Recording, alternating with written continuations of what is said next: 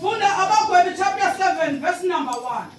Wavuka kusasa uYerubhali uGidiyoni kelongo nabantu bonke naye bamisa amanhloko omthombo weHarodi ke umkhosi wamaMidiyani wawungakuye ngasenhla kwenduli yakwaMore entilini. Verse 2.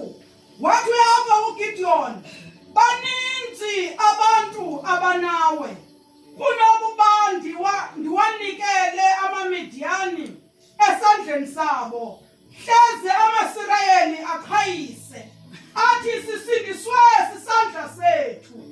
Khawudanduluke ke ngoko ezandleni zabantu, uthi owayikayo nogubhayo makabuye, makanyebelezele emke ezintabeni zeGiliyadi. Enkosi. Amen. Bawulizwe lakho. Thetha nabo ebengathethela bosi. Abantwana bakho bafuna indlela zabamoya ukuze litshintshe konke ekubekishe impilweni zabo. Lenze umahluko. Sikuthembile ngebawo ngoba uyakwenza konke oko. In the name of Jesus Christ. Amen. Apha kuthethwa ngonyana bakaSirayeli. Amen. Onyana bakaSirayeli bethe eBhayibhileni babe phethe kakubi ngamaMidiyani. Amen. Lithi iBhayibheli uphatheka kwabo kakubi ngamaMidiyani is because of zange benze kakuhle kuThixo wabe sebanikela esandleni sakhe. Amen. Imeko yayisengenhlanga kuba baye bathutha baye entabeni bengenazo nendawo zolala. Lithi iBhayibheli bavula imigonxo, abanye belala khona pha ngaphandle kodwa.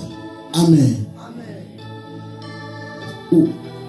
Kuphixesha bathi xa belimile amaMidiyani onyuki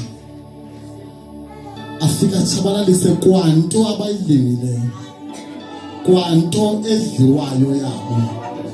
Lithi batshabalalise igusha yonke nemfuyo yabo, whatever eye yabo, ngenxa iyokwenza kakubi kuThixo. uThixo wabayekela ezandleni zamaMidiyani. Lithi iBhayibheli wabayekela for 7 years.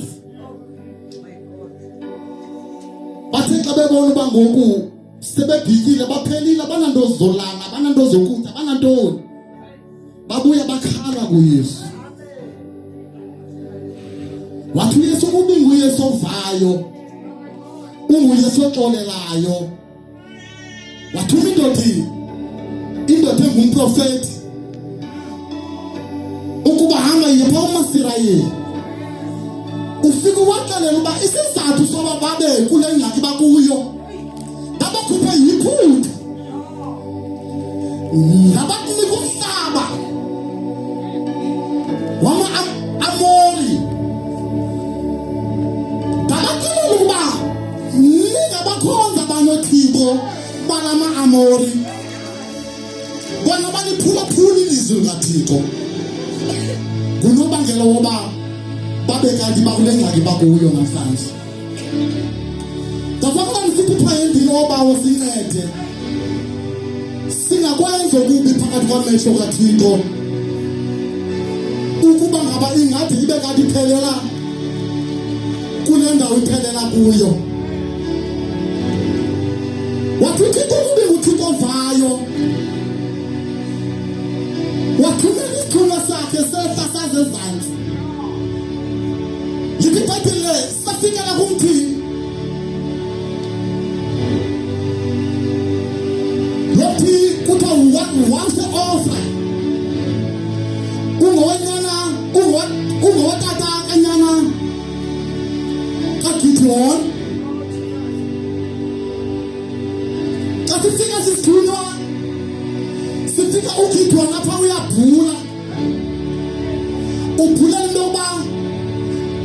sihle kwaezinto because angafika nanini amamidiyani azozithatha. Sifika sithi kuye, uYehova unawe kuhambini nobuhoti. Sifika uphelile. Andikuthi ukubhula kuka sekuvuniwe. Sefuna kwazi. Ukhathaze uyofika. Afika nesipusakhe. Because nanini ukhaba lukhona selufikile. Wavangalelo phezulu. Iyafika le ndoda ithi agofayini. Enobuhoti. Ukijona nemibuzo lobaba. Ndiligofa kanjani? Uthi ndingaligofa kanjani?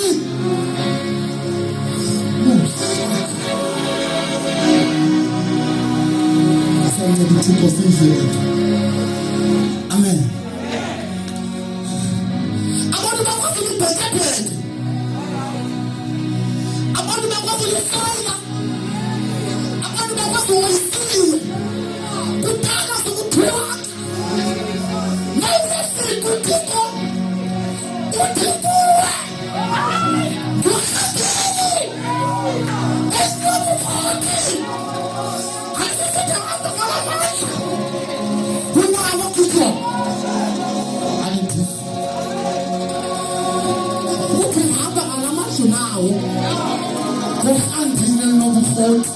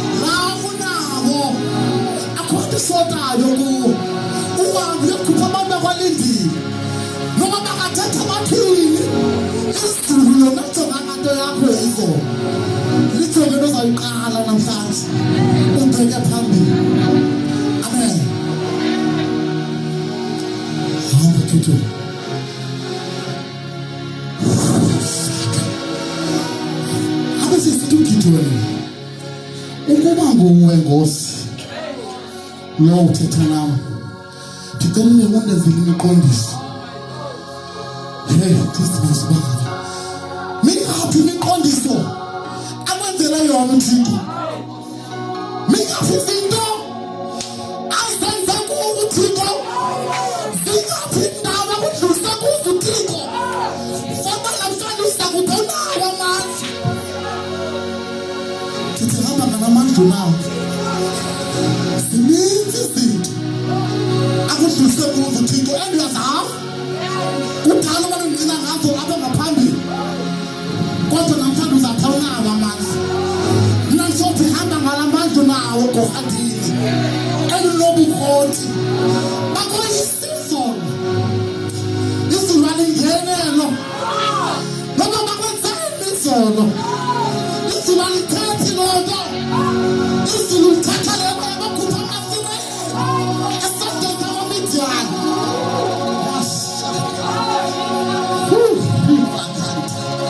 Kuba abantu abazidingela phansi. Bathi banawo amandla. kangaka wathi le nto uba yebantwana thithi hamba ngalamandla unawo wayeka amanye amandla abanye abantu hamba ngala apho ndinike wona wekokhambili ewunowukoti noba ngathi bekuthini izolo nteleba namhlanje ndisa namhlanje andithethe izo amen lithi ibhayibhile uGidiyoni wawenzelwa ke lo mqondiso nguYehova abantu benza koboya uphinde buthi angikho lapho kodwa gqibeleni apho ndikhoyo uGidiyoni uye wahamba esobona imiqondiso le izasekile ile nto sesithunya nathi sikaThixo esithiniwe uyahamba uyevusa amadoda uthi masiyene empini thanda wena abasesithi uThixo weGidiyoni uthi Gidiyoni banintsi abantu hamba nabo uthi Gidiyoni phungula abantu uthanda Gidiyoni bakuze uthi Gidiyoni sakubonisa into namhlanje ubethiwe benisi thousands because of wena uthembele ebantwini wena zakho bazapho zesibekani ziyakhululeka ube kanti uzibhothe ebantwini kanti uThixo ufuna wena uthi uThixo namhlanje baphungule banintsi abantu ohamba nabo uthi ndifuna ubona kanti uphule manje loba ngaba amasirayeli wayena betho amamidiyani it's because of amasirayeli njengoba imanisi kangakayani ebengazimsukisi igama labo the reason why ibe ngabe uThixo uyakuyeka ezintweni is because of wena uyidirect kuye kanti kunezinto kunexesha ekufuneka ube nguwe noThixo wakho amen then people are the God when noThixo wakho azokwazi uThixo bakasiba uzakuyibhiliva uzayibona uba ngabe ukhuselekile kule nto because yena ngiyiphote komnye umuntu and uba ngaba ebeyiphote komnye umuntu uzawuthi lowo ngulaa mntu loo nto endenzela amanje aphakade khumbula abantu thina into wena ungazithembanga noThixo wakho thina ungazithembanga noThixo benza Thixo uneproblem uhambe eqala ukuphela partners uyaqala pha wanga kuze kumdirect ubone manje amandlela ntoni na Gidiyoni baphungula uGidiyoni uzaphungula njani uthi danduluka ukhwaze uthi aboyikayo mabajike baphindela umva baphindela ngithi baphindela i-270,000 i-22 something amen kodwa seseka 10,000 amen uthi uThixo yemva sebanintsi abantu phungula abantu because ndifuna uba kubonakale imimangaliso yami ezawenza basebanintsi aba bantu uGidiyoni uthi zabaphungula nje uthi yekanaka kuni nabo mlazi zaphungulela hey masipase waphumlambo uthi zabashuka phansi yakanabo Gidiyoni xa uThixo uba 10,000 by enough kodwa nathi baninzi unawe yakanabo zaphungulela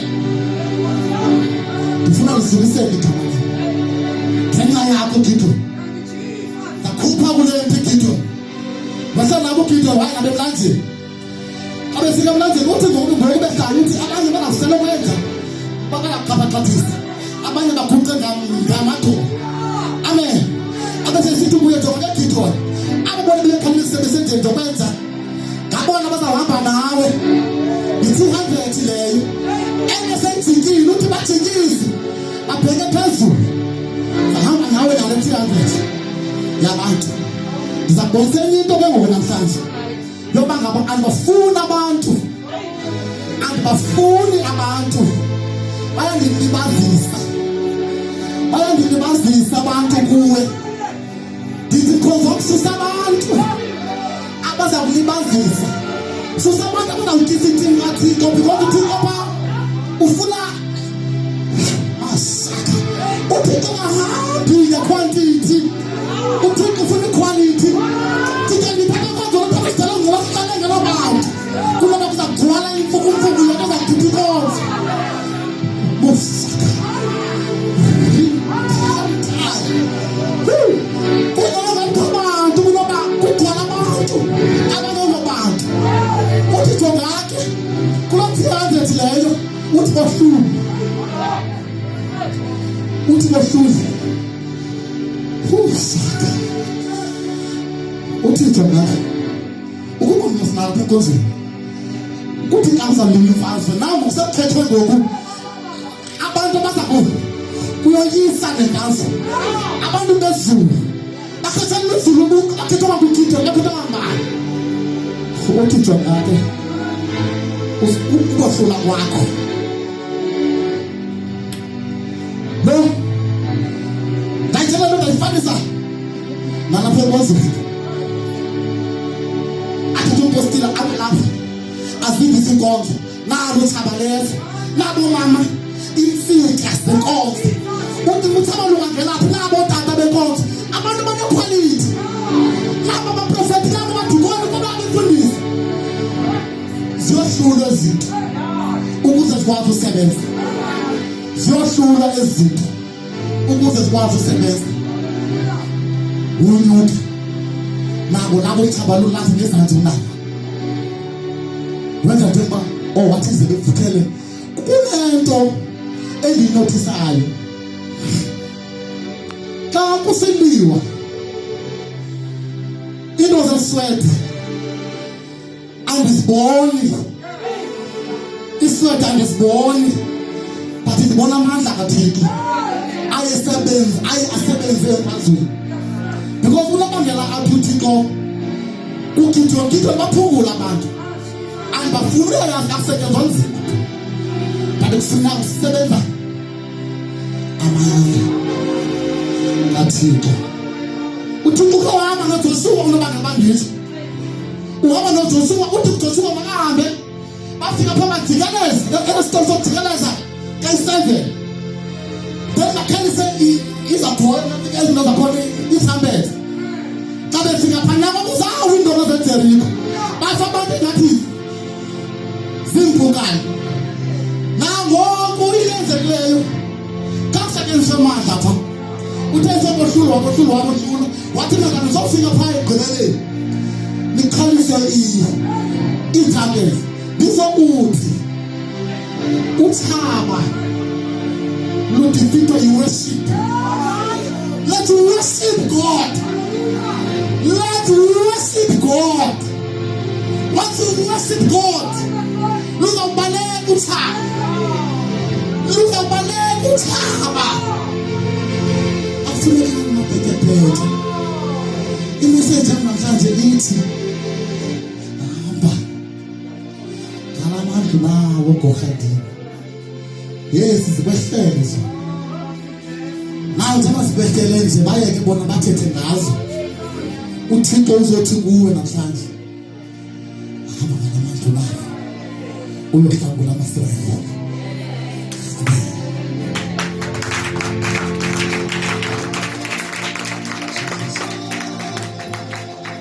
Simukile sizothandaza amangala amandla nawo isho ukuthi lento amandla wona siwanikiwe kodwa kufuneka sizazi uba sinikwe amandla kanti igama likaYesu.